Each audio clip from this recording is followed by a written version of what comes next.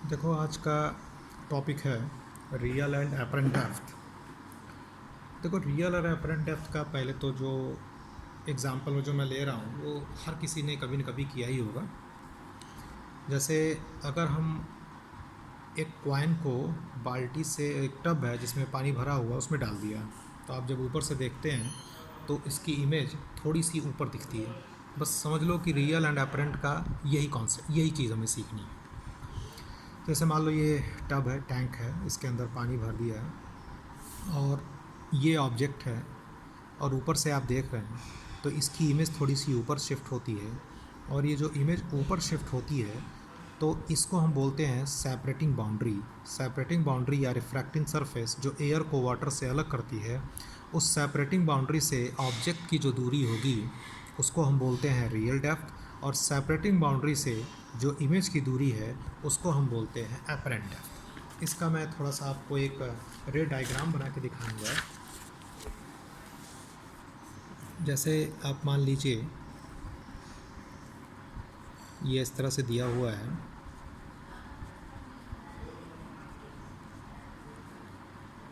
ये ऑब्जेक्ट है और यहाँ से मान लो एक लाइट रे सीधे जा रही है, तो ये लाइट रे ऐसे गई, डेंसर से रेयर जा रही है तो नॉर्मल की तरफ, नॉर्मल से दूर जाएगी और ये लाइट रे सीधे निकलेगी। अब ये दोनों लाइट रे के आगे मिलने का चांस नहीं है, यानी रियल इमेज बनने का कोई चांस नहीं है। तो इसको हम पीछे की तरफ बढ़ाएंगे तो जहाँ पे दोनों कट करेगी वही इमेज बनेगी। और सेपरेटिंग बाउंड्री से इमेज ऑब्जेक्ट की जो दूरी है वो रियल है और सेपरेटिंग बाउंड्री से जो इमेज की दूरी है वो अपरेंट है। ठीक है, तो रियल डेप्थ और अपरेंट डेप्थ की डिफिनेशन दे दिया है। इसके दो केसेस हैं। पहला है when object is in denser medium and seen from rarer medium. क्या बोला? When object is in denser medium and seen from rarer medium. तो जब ऑब्जेक्ट को आप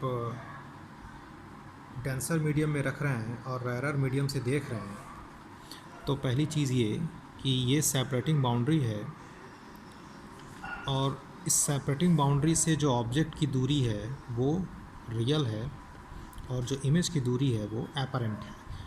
तो पहले हम रे डायग्राम देखेंगे। देखो, लाइट रे जा रही है डेंसर से रेयर, तो नॉर्मल से दूर जा रही है। ये एक लाइट रे सीधे गई, इसको हमने पीछे की तरफ बढ़ाया, ये इमेज है। सेपरेटिंग बाउंड्री से इमेज की दूरी अपरेंट है और अपरेंट और रियल का फार्मूला, अपरेंट निकालने का जो फार्मूला होगा, apparent is equal to real mu two by mu. देखो, कन्फ्यूज़न में ना रहिएगा कोई। म्यू टू जो होता है, म्यू टू हमेशा उस मीडियम का रिफ्रैक्टिव इंडेक्स जिसमें लाइट रे इंटर करती है, जिसमें लाइट रे इंटर करेगी वो हमेशा म्यू टू लीजिएगा। ठीक है, ये नोट्स में भी दिख रहा है यहाँ पे, refractive and mu two, refractive index of medium in which light रे इंटर्स। तो दूसरा बचेगा वो म्यू वन हो जाएगा। दूसरा केस है when object is in rarer medium and seen from denser medium. When object is in rarer medium and seen from denser medium. अब जैसे ये सेपरेटिंग बाउंड्री है, ऑब्जेक्ट रेयरर मीडियम में है और डेंसर मीडियम से देखा जा रहा है, ये ऑब्जेक्ट है। ठीक है, तो ऑब्जेक्ट, ये लाइट रे जा रही है ऐसे रेयरर से डेंसर, तो रेयरर से डेंसर जा रही तो नॉर्मल की तरफ बेंट होगी, एक लाइट रे सीधे। अब इसको आप पीछे की तरफ बढ़ाएंगे तो देखिए ये इमेज बन गई। तो सेपरेटिंग बाउंड्री से object that is real, separating boundary से इमेज की दूरी अपरेंट। फिर से फार्मूला वही यूज़ करेंगे, अपरेंट बराबर real mu two by mu one. कोई भी केस हो, अपरेंट की वैल्यू हमेशा आप real mu two by mu one लिखिएगा। म्यू टू हमेशा वो मीडियम लीजिएगा जिसमें लाइट रे इंटर करती है। तो इसके पहले वाले केस में, जो पहला वाला केस लिया था, ऑब्जेक्ट जब डेंसर मीडियम में था तो वहाँ पर रियल की वैल्यू अपरेंट से ज़्यादा आई थी, तो अगर शिफ्ट निकाली जाएगी तो शिफ्ट का मतलब होगा रियल माइनस अपरेंट। और अगर जैसे अब इस केस में ऑब्जेक्ट रेयरर में है तो यहाँ पर आपको अपरेंट ज़्यादा दिख रहा है, तो अपरेंट अगर ज़्यादा दिख रहा है और रियल कम है तो यहाँ पर शिफ्टिंग क्या हो जाएगी? Apparent minus real. ठीक है, अब एक इस चीज़ को और समझने के लिए, इसके कॉन्सेप्ट्स को, अभी तो हमने थियोरेटिकल पार्ट देख लिया, अब कुछ न्यूमेरिकल के थ्रू हम समझेंगे। जैसे ये सेपरेटिंग बाउंड्री है, इस तरफ मीडियम है जिसका रिफ्रैक्टिव इंडेक्स 2 है, इस तरफ मीडियम है जिसका रिफ्रैक्टिव इंडेक्स 3 है, और दो ऑब्जेक्ट मैं ले रहा हूँ O1 और O2, और पूछा जा रहा है कि इमेज बताना है कि इमेज जो O1 O2 का बनेगा वो सेपरेटिंग बाउंड्री से कितनी दूरी पर बनेगा। तो पहले हम O1 के केस के लिए लेते हैं। तो जब O1 ऑब्जेक्ट है तो ऑब्जेक्ट से लाइट रे निकलेगी और यानी 2 से किधर जाएगी, 3 की तरफ, यानी μ2 हो जाएगा 3, μ1 क्या होगा 2। और सेपरेटिंग बाउंड्री से ऑब्जेक्ट O1 है, ऑब्जेक्ट की दूरी क्या होगी रियल, ये 6 सेंटीमीटर होगा, हमें अपरेंट बताना है। तो इसका इमेज ऊपर की तरफ बनेगा। आप चाहेंगे तो रे डायग्राम जैसा मैंने पहले सिखाया था उसके आपसे आप करिएगा। तो apparent is equal to real μ2 by μ1, real की वैल्यू 6 थी, μ2 3 था, 2 था, 9 सेंटीमीटर। यानी ये जो O1 का जो इमेज बनेगा सेपरेटिंग बाउंड्री से वो कितनी दूरी पर बनेगा, 9 सेंटीमीटर पे बनेगा। ठीक है।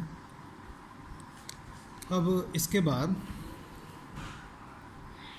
दूसरा केस जब O2 का देखना है, तो O2 ऑब्जेक्ट हो गया, तो O2 ऑब्जेक्ट है तो O2 इस मीडियम में है, तो इधर से लाइट रे 2 वाले में जाएगी, यानी μ2 2 हो जाएगा, μ1 3 हो जाएगा। फिर से वही formula apparent is equal to real μ2 by μ1, तो सेपरेटिंग बाउंड्री से O2 की दूरी रियल हो जाएगी और आप आंसर ये पा जाएंगे। ठीक। दूसरा एक और एग्जांपल मैं इसको और क्लियर करने के लिए ले रहा हूँ। जैसे ये जो है बेटा सेपरेटिंग बाउंड्री है, तो दिस इज सेपरेटिंग बाउंड्री, और ये जो सेपरेटिंग बाउंड्री है यहाँ से ऑब्जेक्ट की दूरी और यहाँ से ऑब्जेक्ट की दूरी है ना, जो भी होगी वो रियल होगी। तो जैसे एक बर्ड लिया है और एक फ़िश लिया है, तो जो बर्ड है, अगर पहले केस में मैंने लिया व्हेन बर्ड ऑब्जर्व फिश, जब बर्ड ऑब्जर्व करती है फ़िश को, तो जिसको हम ऑब्जर्व करते हैं वो ऑब्जेक्ट, यानी फ़िश क्या हो गया ऑब्जेक्ट, मैंने लिख दिया ऑब्जेक्ट इज़ फ़िश। तो ऑब्जेक्ट जब फिश हो गया तो फिश से लाइट रे निकलेगी और लाइट रे वाटर से किधर जाएगी, एयर में, यानी μ2 1 और μ1 वाटर हो जाएगा। फिर से हम वही फार्मूला लिखेंगे apparent is equal to real μ2 by μ1, apparent is equal to real μ2 by μ1, और रियल का मतलब सेपरेटिंग बाउंड्री से फिश की दूरी h, μ2 बाई μ1 मतलब μ2 1, μ1 म्यू हो जाएगा। ये आपका आंसर आ गया। तो सेपरेटिंग बाउंड्री से जो F1 है वो फिश की इमेज होगी और वो दूरी हो जाएगी h बाई म्यू। दूसरे केस में मैंने बोला कि व्हेन फिश ऑब्जर्व्स बर्ड, तो जब ऑब्जर्व बर्ड को कर रहे हैं तो ऑब्जेक्ट बर्ड हो गया, तो बर्ड से लाइट रे निकल के बर्ड किस में, एयर में, एयर से किधर आएगी वाटर में, यानी वाटर का रिफ्रैक्टिव इंडेक्स μ2 और जिसमें बर्ड है उसका रिफ्रैक्टिव इंडेक्स μ1 और रियल μ2 बाई μ1।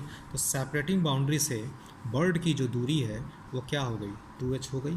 तो ये रियल हो गया, ये μ2 हो गया, ये μ1 हो गया। Apparent is equal to real μ2 by μ1 करके आप फार्मूला निकाल सकते हैं। ठीक है। फिर एक अगला क्वेश्चन है, ये जो क्वेश्चन है इसमें ये दिया हुआ है कि एक टैंक है, इसमें मैंने वाटर 10 सेंटीमीटर की हाइट तक भर रखा है, इसका रिफ्रैक्टिव इंडेक्स 4/3 है, और ये जो सेपरेटिंग बाउंड्री है यहाँ पे इससे 5 सेंटीमीटर की दूरी पर एक प्लेन मिरर है और ये ऑब्जेक्ट रखा हुआ है। तो इस ऑब्जेक्ट का इमेज हमको विद रिस्पेक्ट टू मिरर बताना है, जो फाइनल इमेज बनेगी इसकी वो with respect to the mirror बताना है। तो यहाँ पे क्या होगा कि ऑब्जेक्ट का लाइट रे निकलेगी और सबसे पहले ये रिफ्रैक्ट होगी, तो ये रिफ्रैक्ट होके इधर गई, रिफ्रैक्ट होके ये इधर गई, और फिर यहाँ पे रिफ्लेक्ट होगी। तो एक बार रिफ्रैक्शन होगा और एक बार रिफ्लेक्शन होगा। रिफ्लेक्शन के नाते जो इमेज बनेगी, रिफ्रैक्शन के नाते जो इमेज बनेगी वो रिफ्लेक्शन के लिए ऑब्जेक्ट हो जाएगा।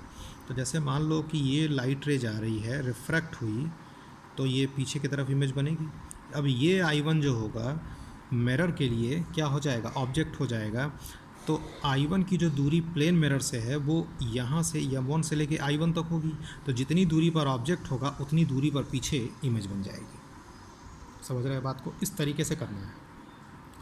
तो हम क्या कर रहे हैं कि पहले ये आप देखो, ये यहाँ सेपरेटिंग बाउंड्री से जो ऑब्जेक्ट की दूरी है वो रियल हो जाएगी। तो apparent is equal to real μ2 by μ1, तो अपरेंट M I1 की दूरी रियल μ2 बाई μ1, μ2 क्या है एयर, μ1 क्या है 4/3। तो ये MI1 की वैल्यू आपको मिल गई कितनी, 7.5 सेंटीमीटर। तो पहले इमेज रिफ्रैक्शन से बना तो हमने अपरेंट और रियल वाला फार्मूला लगा लिया, और अब ये जो इमेज है ये प्लेन मिरर के लिए ऑब्जेक्ट हो गया। तो प्लेन मिरर से जो डिस्टेंस है वो कितना है बेटा, ये 7.5 है, ये इतना 5 है, तो 12.5 सेंटीमीटर, यानी इमेज से तो नहीं दूरी पर पीछे इमेज बन जाएगी कितना, 12.5 सेंटीमीटर। तो ओ का जो फाइनल इमेज बनेगा with respect to the mirror कितनी दूरी पर बनेगा, 12.5 सेंटीमीटर पे बनेगा। ठीक है,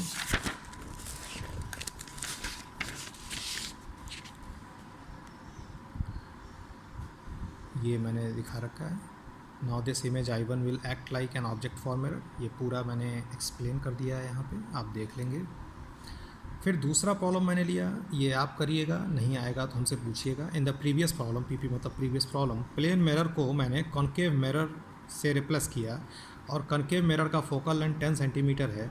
तो पूछा कि then find image location with respect to the mirror. आप सॉल्व कर लीजिएगा, लेकिन मैं आपको हिंट दे रहा हूँ कि किस तरह से सॉल्व करना है इसको। जैसे ये मैंने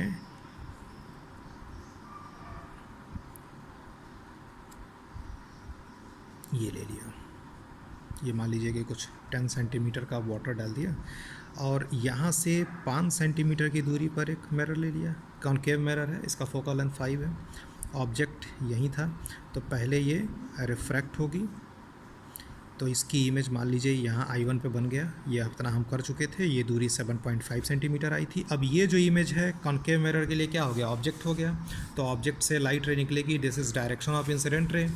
तो अब मिरर से इमेज बतानी है, तो अब ये वाला यूज़ करना पड़ेगा formula, 1/v + 1/u = 1/f। u की वैल्यू निगेटिव, u की वैल्यू क्या होगी, -12.5, यहाँ से ये 5, ये 7.5 और निगेटिव होगा, u की वैल्यू निगेटिव होगा, -12.5, और फोकल लेंथ क्या है, -10, वैल्यू रख के आप सॉल्व कर लीजिएगा, है ना। आंसर कुछ 50 सेंटीमीटर आएगा। अब अगर मान लीजिए यही मिरर की जगह पर मैं लेंस दे देता, तो आप ये फार्मूला यूज़ करते, 1/v - 1/u = 1/f, कोई चेंज नहीं होता, समझ रहे हैं। और एक लेक्चर और मैं लूँगा इस पर, वो अगले वीडियो का वेट करिए, वो मैं आपको सेंड कर दूँगा।